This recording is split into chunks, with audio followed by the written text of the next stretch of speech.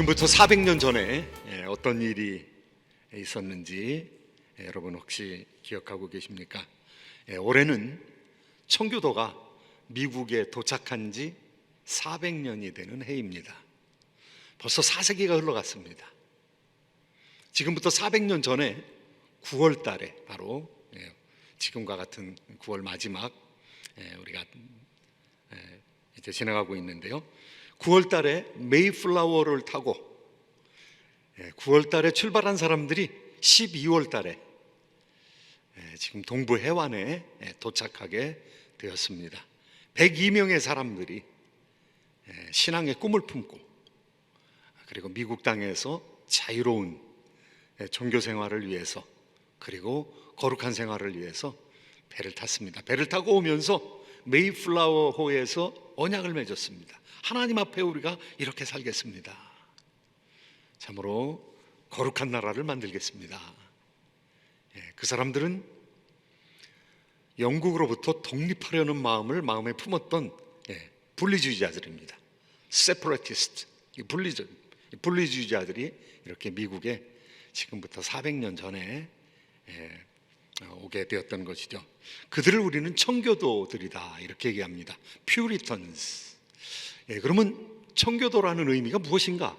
퓨리티 하면은 순결하다라는 뜻이죠. 그러니까 순결하게 살겠다는 것입니다. 하나님 앞에서 깨끗하게 살아가겠다는 것입니다. 그러면 어떻게 깨끗하게 살아가느냐?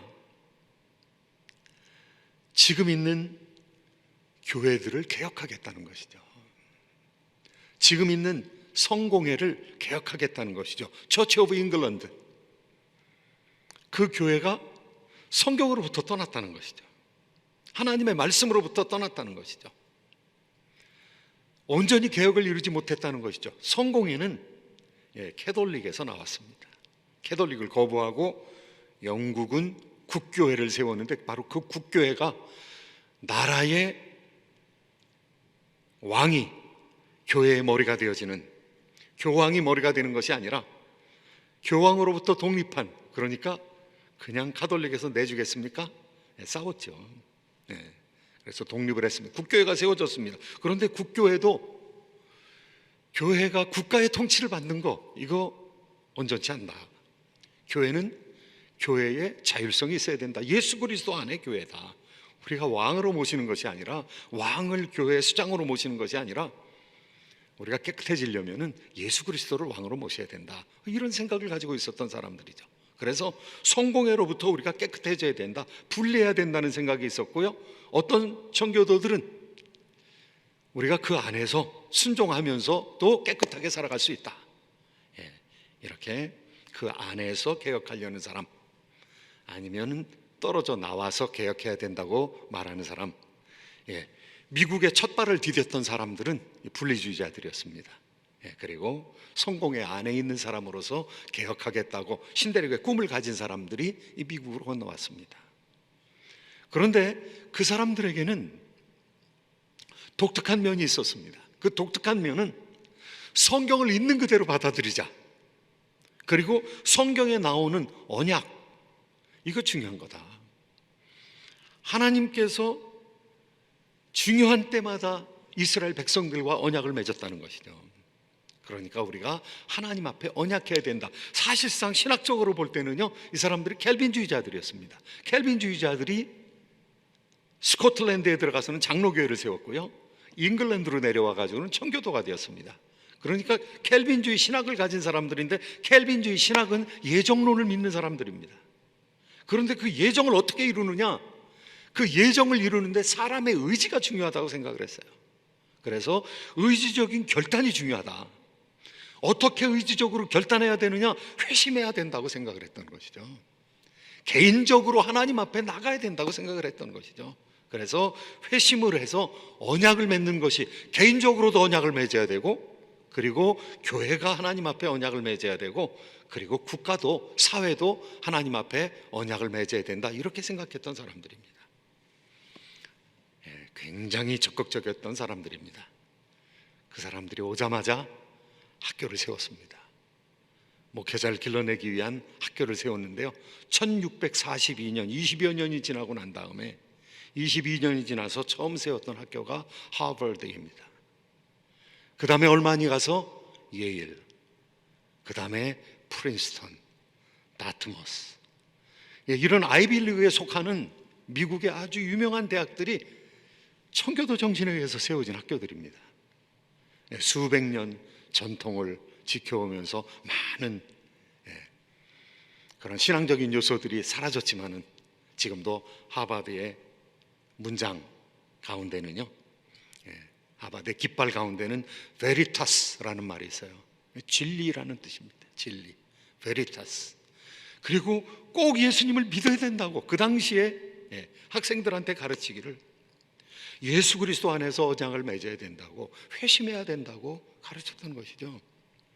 그래서 오늘 청교도를 우리가 살펴보면서 한 5, 6주에 걸쳐서 청교도의 회심, 그 다음에 청교도의 결혼, 청교도의 가정, 청교도의 직업, 뭐 해야 될 것들이 사실 너무 많이 있습니다. 뭐 정치, 이런 교회, 이런 여러 가지 주제들이 있습니다만은 뭐 다 할 수는 없고요. 400년을 맞이해서 대여섯 번에 걸쳐서 청교도들이 어떤 신앙을 가지고 있었는가. 지금 우리가 장로교 신앙을 가지고 있는데요, 장로교나 청교도나 다 켈빈의 후예들입니다. 이 장 칼빈, 이 켈빈의 후예들인데요, 그들이 어떤 신앙을 가지고 이 미국을 책임지려고 했는가, 이 미국에 참으로 좋은 나라를 세우기를 원했는가. 그런데 가장 바탕에 깔려 있는 것은 회심입니다. 사람이 변해야 된다는 것이죠. 컨버전, 개인적으로 하나님 앞에 나아가서 변화돼야 된다는 것이죠. 결단해야 된다는 것이죠. 개인적으로 언약을 맺어야 된다는 것이죠. 그래서 회심이라는 것을 굉장히 중요하게 생각했습니다. 제가 이번 주 들어와서 책을 한 권 읽었습니다. 청교도 책을 이만큼 쌓아놓고 중요한 주제를, 몇 주제를 꺼냈고요. 그 다음에 처음에 회심에 대해서 읽어야 되겠다. 그리고 리차드 백스터라는 사람이 지금부터 한 300여 년 전에 살던 사람입니다. 목회자였던 사람입니다. 키스트민스터라는 곳에서 목회하던 사람인데요, 자기 동네에 있는 사람들을 다 전도를 했어요. 그래서 뭐 100명이 좀 넘는 교회를 3,000명으로 부흥을 시켰습니다. 동네 사람들한테 다 신방하면서 회심에 대해서 강조를 했습니다. 뭐 많은 책을 남겼지만은 그 중에서 회심이라는 책이 우리 한국말로도 번역이 돼 나와 있습니다. 컨버전. 하나님의 백성들이 하나님 앞에 나가서 회심해야 된다는 것이죠. 회심하는 것이 굉장히 중요한데 뭐보다 더 중요하느냐? 이 봉사하는 것보다 더 중요하다는 것입니다. 사역보다 더 중요한 것이 우리의 존재라는 것이죠. 우리가 어떻게 하나님 앞에서 서느냐. 회심하는 것이 사역하는 것보다 더 중요하다. 성경에서 우리에게 그것을 가르쳐주고 있습니다. 누가복음 10장 20절의 말씀입니다. 같이 한번 읽어보시도록 하겠습니다. 그러나 귀신들이 너에게 항복하는 것으로 기뻐하지 말고 너희 이름이 하늘에 기록된 것으로 기뻐하라. 귀신을 쫓아내는 것이 얼마나 놀라운 일입니까? 사람이 기도해서 귀신이 도망가요. 제자들이 귀신이 도망가는 것을 보고 놀라움으로 와서 예수님에게 보고를 했습니다. 그런데 예수님께서 뭐라고 말씀하고 계십니까? 귀신이 물러가는 것으로 기뻐하지 말고 너희의 이름이 하늘의 생명책에 기록된 것으로 기뻐하라. 너희들 구원 받았느냐 이거죠. 너희들 하늘의 생명책에 너희 이름이 기록되어 있느냐 이거죠. 놀라운 사역이 중요하지만 놀라운 사역을 하는 사람들 가운데서 내가 너를 도무지 알지 못한다, 이런 사람들이 있다는 겁니다. 그러니까 청교도들은 어떻게 생각했느냐 하면요, 처치 오브 잉글랜드, 이 성공에 들어와 있는 모든 사람이, 모든 시민이 신자라고 생각했는데 청교도들은 그렇게 생각하지 않았습니다. 그 중에서 회심한 사람이 있다고 생각했습니다. 인비저블 처치, 하나님의 생명책에 기록된 조직교회가 아니라 하나님의 생명책에 기록된 순전한 사람들이 있다는 거지. 하나님 앞에 회개하고 나가서 하나님 앞에서 회심한 사람들이 있다는 것이죠. 예수님 하시는 말씀은 무엇입니까? 너희들의 이름이 생명책에 기록되어 있느냐? 이것은 조직교회에 들어와서 예배드리는 것 가지고 안 된다는 것이죠. 예배는 너무 중요한 것이죠. 그런데 예배 드리는 것으로 구원받았다고 생각하면 안 된다는 것이죠. 무엇이 중요하냐? 컨버전. 내가 회개했느냐, 그리고 신앙하고 있느냐, 예수 그리스도를 신앙하고 있느냐.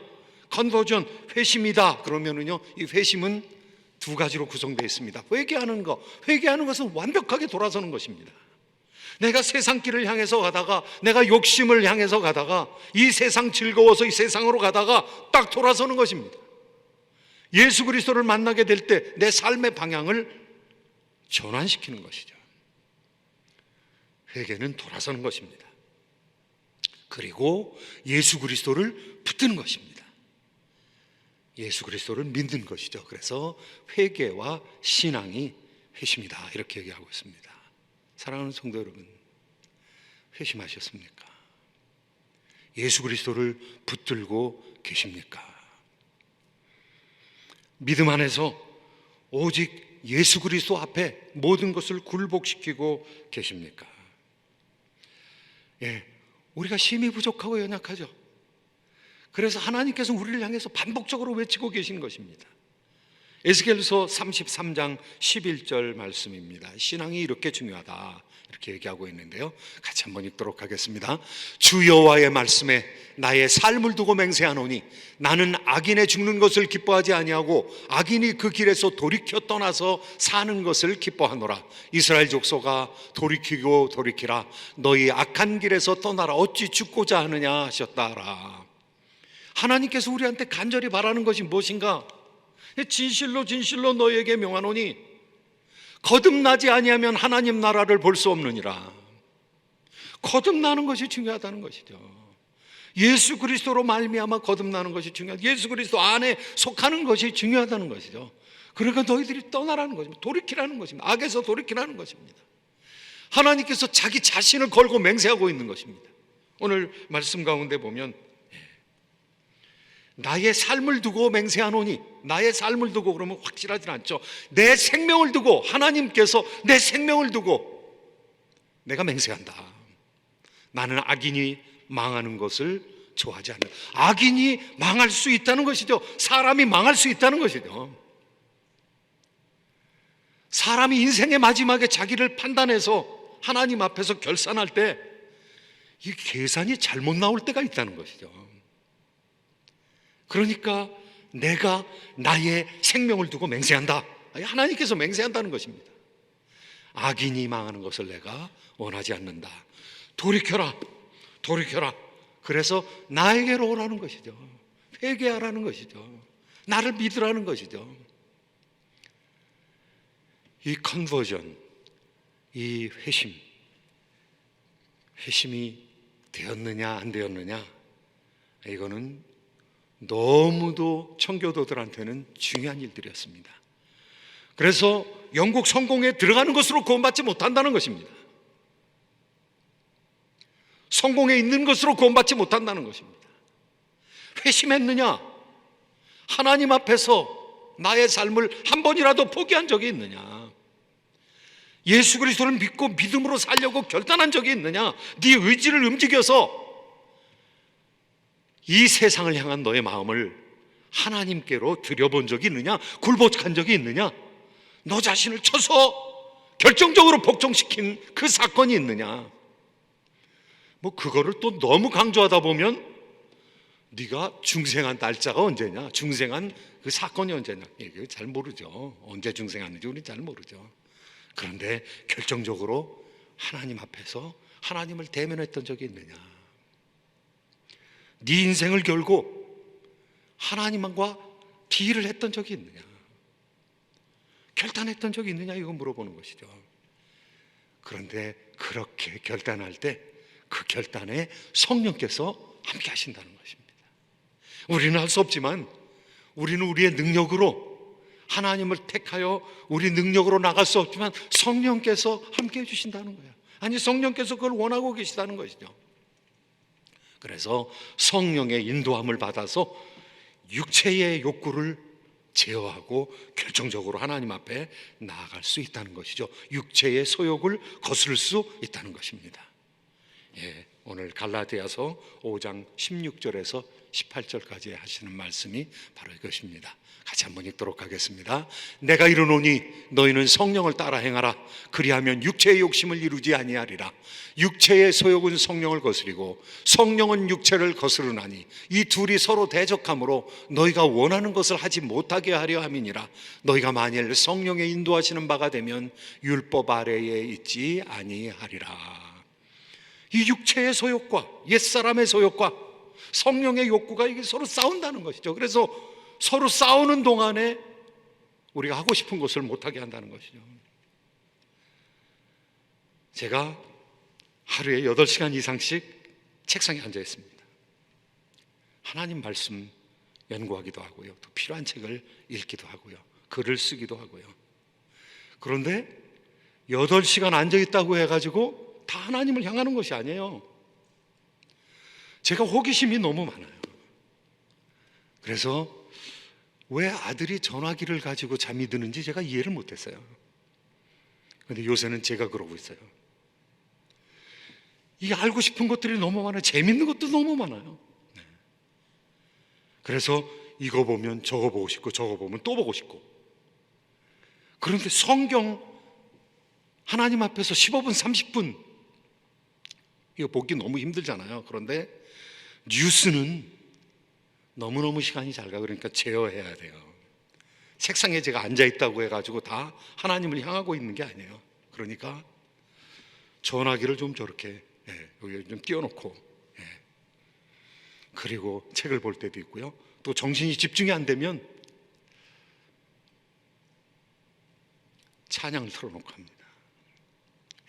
복음성가를 은은하게 틀어놓고 하면은 정신 집중이 잘 되죠. 그것도 안 되면은 내가 20분 앉아 있는데 내가 지금 뭐 읽었는지 하나도 모르겠다. 그러면 그건 졸린 겁니다. 그러니까 빨리 틀어놓아야 됩니다. 빨리 틀어놓아서 10분 20분 자면은 다시 기력이 회복이 되니까 앉아서 읽을 수 있죠. 우리가 그냥 삶을 지내는 것이 지내는 게 아니에요. 이 싸움이에요. 성령 소욕과 성령의 소욕과 육체의 소욕이 갈등하고 있어요. 그냥 앉아있다고 뭐가 되는 게 아니에요. 집중하지 않으면 안 되는 것입니다. 왜냐하면 우리에게 소욕이 있기 때문에, 기본적인 소욕이 있기 때문에. 근데 그걸 제어해야 되거든요. 제어해가지고 승리해야 되거든요. 이겨야 되거든요. 그래야 앉아있는 것이 열매를 맺는 그런 인내가 될 수가 있는 것이거든요. 그래서 오늘 본문에 나와 있는 것처럼 청교도들은요, 회심한 사람은 열매를 맺어야 된다고 생각을 했어요.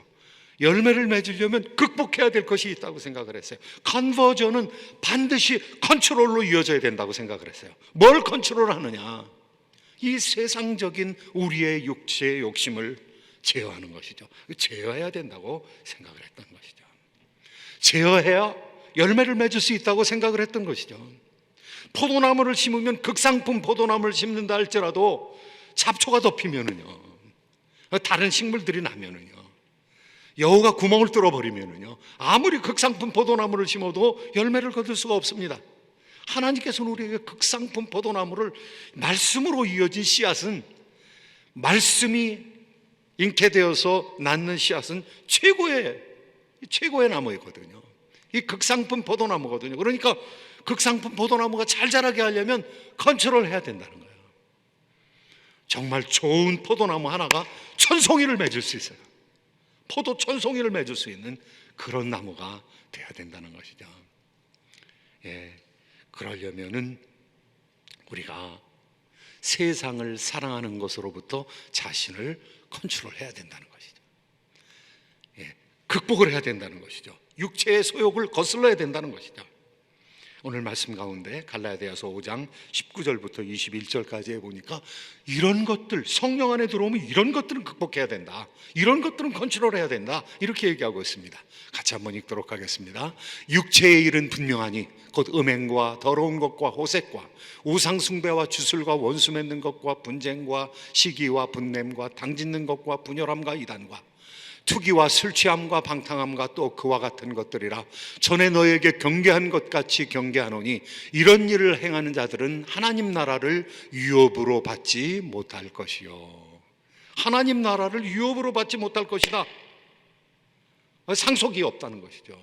믿는 사람들이 뭐를 상속받아야 되느냐? 천국을 상속으로 받는데, 낙원을 상속으로 받는데, 이런 일을 행하는 사람들은 이거 농담이 아니잖아요. 하나님께서 이게 농담이 아니잖아요, 사도 바울이. 그런데 못 받는다는 거예요. 이게 진실이라면 지금 앞에 있는 열매들, 우리가 읽은 열매들을 맺는 사람들은 옛사람의 일은, 육체의 일은 아주 현저하다는 거예요. 분명하다는 거예요. 그런데 그의 특징은 무엇이냐? 그 육체의 일은 항상 관계를 깨뜨린다는 거예요. 관계를 깨뜨리는 거예요. 최고의 관계는 하나님과 우리의 관계인데, 우상숭배, 술수, 이거 하나님과 관계 깨뜨리는 것이죠. 그리고 가족의 관계, 음란, 호색, 이런 것은 부부관계를 깨뜨리는 것이죠. 그리고 분냄과 당짓는 것과 이단, 이런 것들은 이웃과의 관계를 깨뜨리는 것이죠. 그 다음에 술 취함과 방탕함, 내 자신을 망가뜨리는 것이죠. 나와 나 자신의 관계, 이 관계를 깨뜨리는 것으로 나타난다는 것입니다. 그런데 이런 것들을 어떻게 해야 되느냐? 이런 것들을 다 가지고 반복적으로 죄를 범하면서, 아니 더 심화되면서 내가 하나님의 자녀라 그럴 수 없다는 것입니다. 하나님의 자녀는 이와 같은 열매를 극복해야 된다. 육체의 열매를 극복해야 된다. 육체의 일을 극복해야 된다는 것이죠. 관계의 파괴로부터 벗어나야 된다는 것이죠. 여러분, 극복하셨습니까?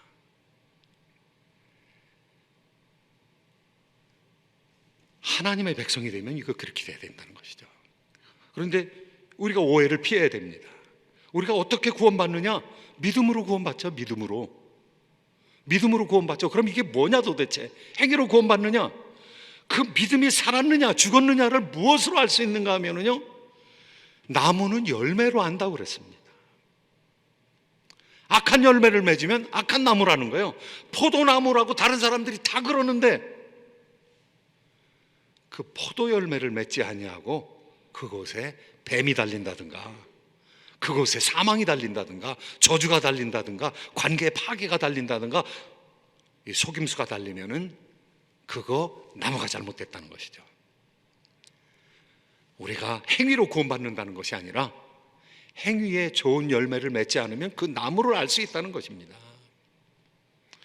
그러니까 청교도는 어떻게 생각했는가 하면요, 회심한 사람은 반드시 열매 맺게 된다. 심지어는 재물도 열매다, 그렇게 생각을 했습니다. 왜냐?